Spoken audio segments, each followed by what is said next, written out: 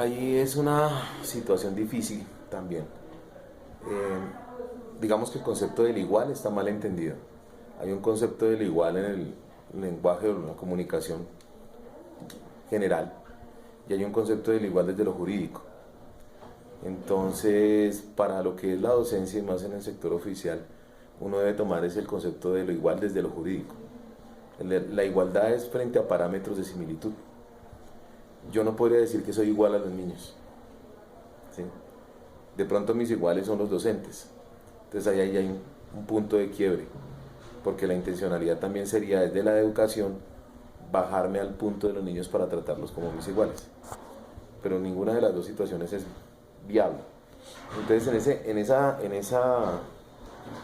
en ese punto lo que se busca es más una interacción en la que haya un respeto mutuo. Más que ser igual, hay un respeto mutuo frente a lo que decimos, un sentido de la escucha, tanto como el sentido de respetar y defender el derecho que tiene el otro a comunicar sus ideas y a recibir una respuesta frente a ellas, y viceversa, el sentido que tiene el que si yo hago un reclamo o establezco un punto de comunicación, escuchar el derecho a la réplica que tiene esa persona frente a lo que yo le diga.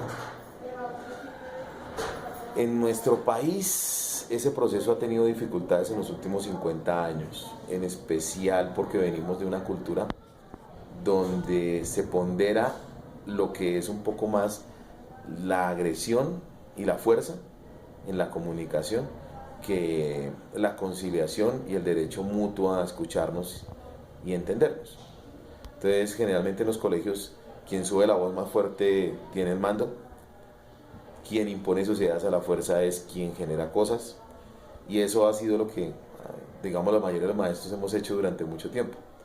El cambio de las normas y el ponernos como en esa actitud de tener que conciliar y negociar y buscar alternativas ha hecho que la comunicación en las instituciones educativas cambie, y eso ha hecho que la comunicación en el nivel de sociedades cambie.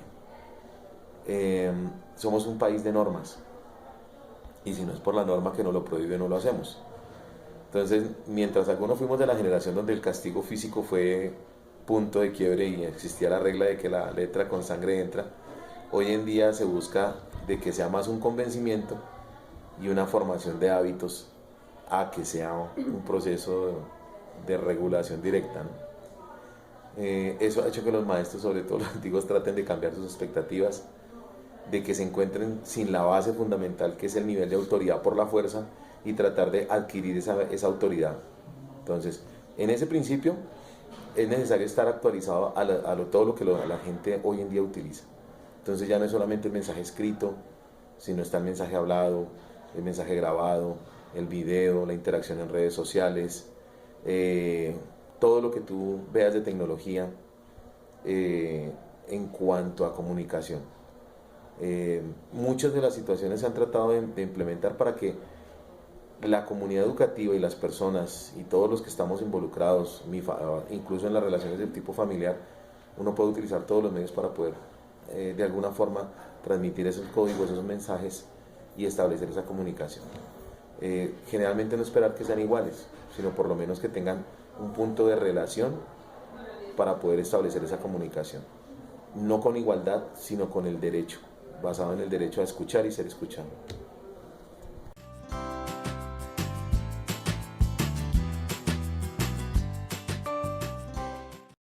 Digamos que el valor de la palabra es primordial en cualquier sociedad.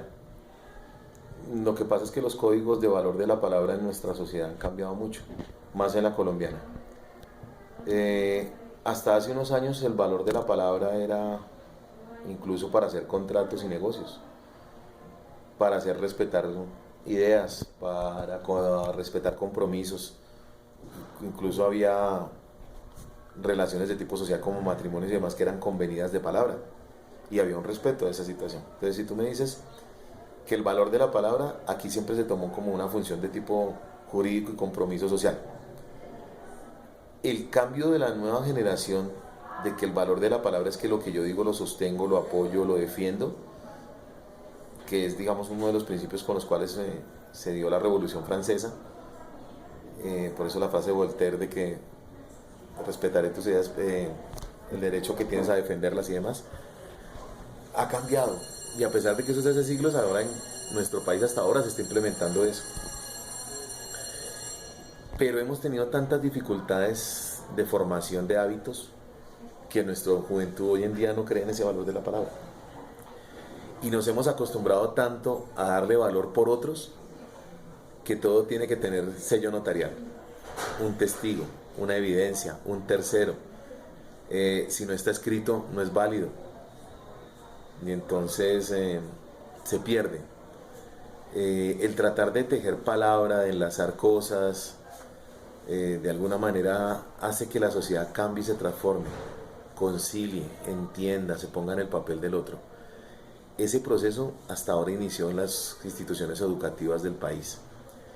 La generación que lo está haciendo, todavía le quedan mínimo 6 años para salir a hacer una nueva sociedad.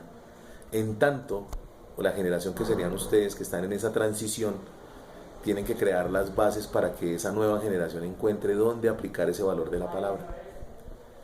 La otra afectación que tuvo el valor de la palabra fue esa guerra interna que hemos tenido y el mal ejemplo de nuestros líderes, sobre todo los políticos, donde la palabra se mal usó y ese valor de la palabra fue negativo y se decía una cosa pero en realidad se estaba haciendo otra.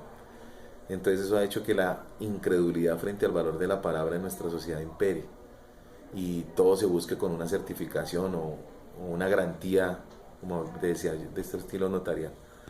Construir ese valor de la palabra en los niños es muy difícil, en especial cuando el hábito no es apoyado en casa. Situaciones tan sencillas como que aquí le enseñamos que la honestidad, el escuchar, ese valor de la palabra es fundamental, y en la casa el niño tiene que negar por el teléfono o en la puerta al papá porque llegó el señor a cobrarle el gota a gota. Entonces esas situaciones ya hacen que el niño forme una explicación del proceso que no es la correcta. Entonces, frente al valor de la palabra, fundamental cambiar todo. ¿Qué ha hecho la sociedad colombiana, gobierno colombiano? Entonces, tenemos esta dificultad, que lo resuelva la escuela, que lo resuelva la institución educativa. Entonces, ahora que nos votaron hace unos años una ley para hacer escuelas de padres, enseñarle a los papás todas estas situaciones que hemos hablado, que estás tú preguntándome hoy, enseñárselas a los papás. Pero viene el predicamento de los abuelos de que el oro viejo no aprende a hablar. Entonces ellos tratan de hacer un muy buen esfuerzo, pero esa brecha comunicativa con sus hijos no ha permitido que tenga buenos frutos. Sin embargo, algunos de los niños sí han comenzado a ver que ese estilo de comunicación ha cambiado y que va a ser como el estilo nuevo de sus situaciones. Yo sí lamento mucho que el valor de la palabra en nuestra sociedad colombiana haya decrecido muchísimo.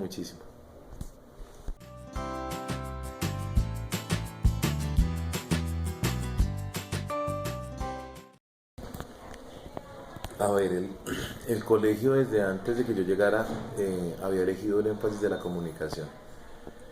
Con los cambios que ha habido de las alcaldías, estos procesos de media fortalecida de los énfasis han cambiado y también las instituciones que estaban apoyando eso. Inicialmente lo hizo la Universidad Monserrate, ahorita tenemos la Universidad San Buenaventura como apoyo. ¿Qué se ha buscado? Hacer proyectos donde los chicos entiendan que todo lo que genera la comunicación, la expresión desde el área de humanidades es fundamental para construir una nueva sociedad. Hemos logrado crear un proceso donde los chicos llegan a grado 9 con ciertas bases que se dan en el área de humanidades y en 10º y 11 buscan cómo generar un proyecto de aplicación comunitaria donde el énfasis tenga relevancia. Entonces esos proyectos que nos han llevado a que los medios internos de comunicación tengan que ser reevaluados, a buscar capacitaciones en nuevas tecnologías, a involucrarlos a ellos y ver que solamente no es el área de humanidades, sino que el proyecto puede perfectamente hablar de otros proyectos. Entonces el año pasado, por ejemplo, tuvimos una experiencia muy bonita donde a través del proyecto de tecnologías con la Universidad Javeriana, que fue un convenio que hizo la Secretaría de Educación, se logró que el área de comunicación, los énfasis y el proyecto ecológico ambiental tuvieran entrada y se pudieran comunicar la realización. Entonces los chicos se dieron cuenta que todo lo que se hace puede ser comunicado, puede ser fuente de información, causa de mejoramiento en los procesos, una serie de situaciones nuevas.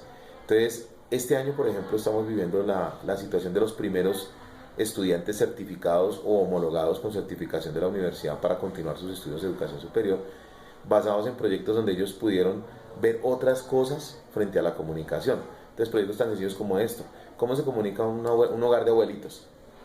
¿Sí? ¿Cómo mejorar la comunicación entre ellos? ¿Cómo hacer que ellos cuenten sus historias? Que esas historias que cuenten se multipliquen y ayuden a otros, den buen consejo o revelen historias que no conocíamos.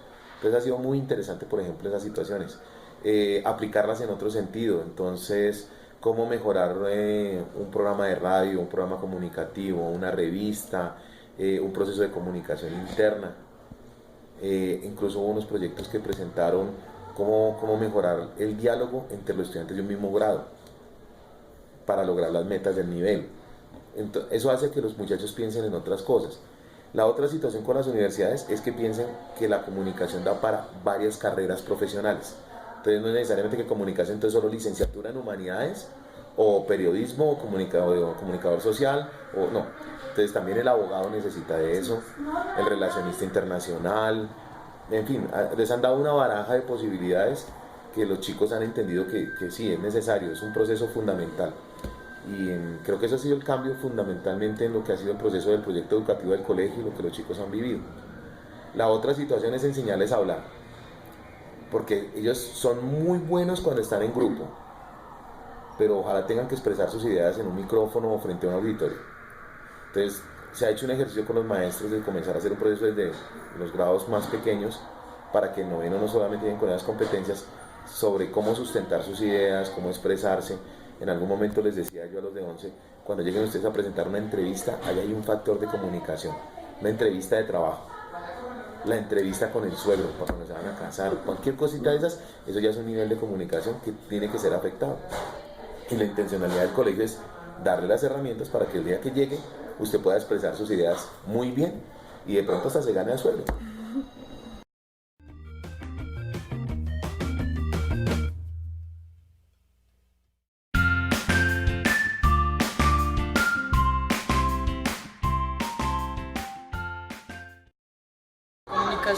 Pueden ser una herramienta muy útil en el aula, más allá del uso corriente del mal ejemplo. Como siempre estamos buscando es el refuerzo negativo y poner el mal ejemplo en la televisión, como buscando un enemigo que finalmente no existe. En el aula yo creo que uno lo que tiene que buscar es el uso inverso. Es decir, no buscar que el alumno me conteste lo políticamente correcto, y es como si esos fueran los aprendizajes que espera el docente.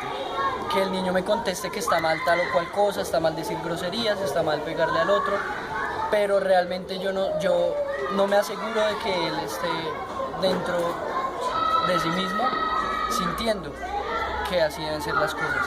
Entonces los medios de comunicación pueden ser una forma como de buscar que el niño no le diga a uno lo políticamente correcto, sino que el niño le diga a uno lo que está pensando frente a una situación muy específica que está viendo y que está de alguna manera viviendo. Eso es.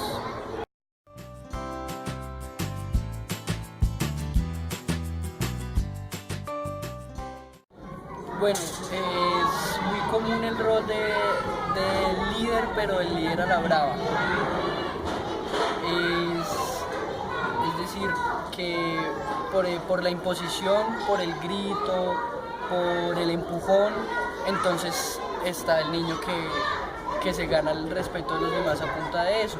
De yo soy el que digo a qué vamos a jugar, cuáles son las reglas de este juego, y yo soy el que voy a ayudarle al profesor, yo soy el que voy a estar ahí detrás, pero como por autoridad impuesta. Y eso, pues preguntando por qué será así, si uno se pregunta por qué es así, puede evaluar mucho el ejercicio docente. Es decir, cómo estamos nosotros como docentes diciéndoles a los niños, haga lo que yo digo. ¿Y por qué hace lo que yo le digo? Porque yo lo dije, porque yo soy el grande, porque... Es decir, estamos demostrando que no tenemos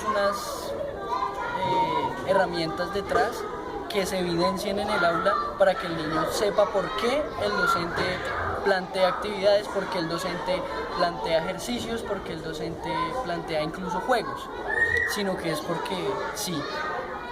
Así mismo como estamos nosotros mostrando esa autoridad por imposición, pues van a aparecer figuras de autoridad por imposición en las aulas. Pero está la figura que no es solo una, sino que son todas las demás. El que escucha porque le dicen qué es lo que hay que hacer. Eso me parece más preocupante que el que empieza a hablar a los gritos y hablar a los empujones. El que hace lo que lo lleve la corriente para un lado para el otro, pues está también intentando es como reprimir sus propios impulsos, porque finalmente todos, incluso los profesores en el momento en el que estamos ofreciendo una clase, un ejercicio, tenemos unos impulsos de infantiles o unos impulsos autoritarios, pero siempre estamos intentando reprimir y que el niño se reprima. Oiga, no haga esto, no haga lo otro. ¿Y qué nos dice eso de la sociedad? Pues está muy claro, ¿no? Como desde el colegio estamos metidos es en que el niño obedezca porque sí, pues eso es lo que tenemos en el mundo. Sin embargo, hay un caso muy especial que he podido notar también, que son los niños críticos. Los niños que evalúan al profesor y le dicen, ¿pero por qué? Y los niños que hacen que el profesor cumpla su palabra. El profesor dijo que vamos a jugar a tal hora y ¿por qué no estamos jugando si ya es la hora?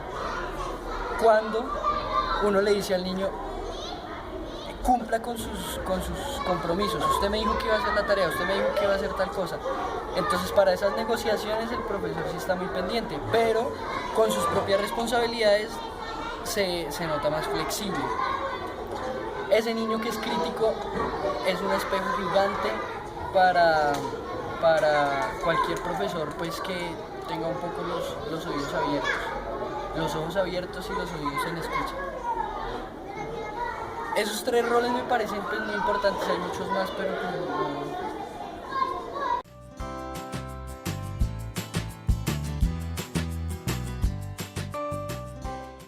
Creo que sí se ha perdido el valor de la palabra en esta sociedad. Pero entonces no solo en un sentido, sino en dos sentidos. No solo en la manera en la que la palabra se subvalora, se subestima, porque la gente dice cosas y no las cumple o cosas así, sino porque también a veces le damos demasiada importancia. Y eso es muy palpable en el aula, en el colegio, así como en la casa, así como en los juegos de los niños. Y es que lo que yo digo es más importante que lo que yo estoy haciendo.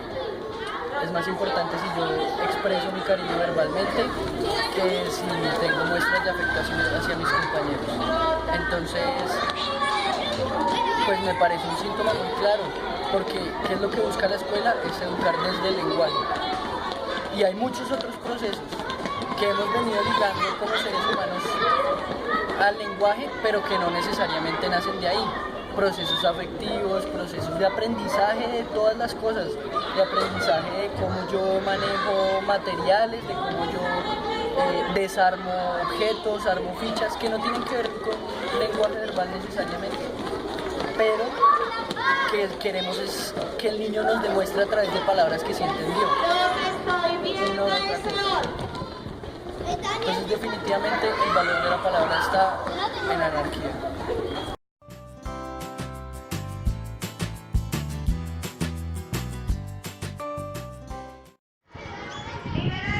Yo creo que para recuperar el valor real de la palabra es primordial reconocer las demás formas de aprendizaje. Y si hay un área del lenguaje, pues que esa sea en la que se trabaje específicamente el lenguaje, pero dejar que sea una preocupación el lenguaje, más que las demás cosas en las otras áreas, más que los demás aprendizajes, más que las demás habilidades, más que las demás preferencias.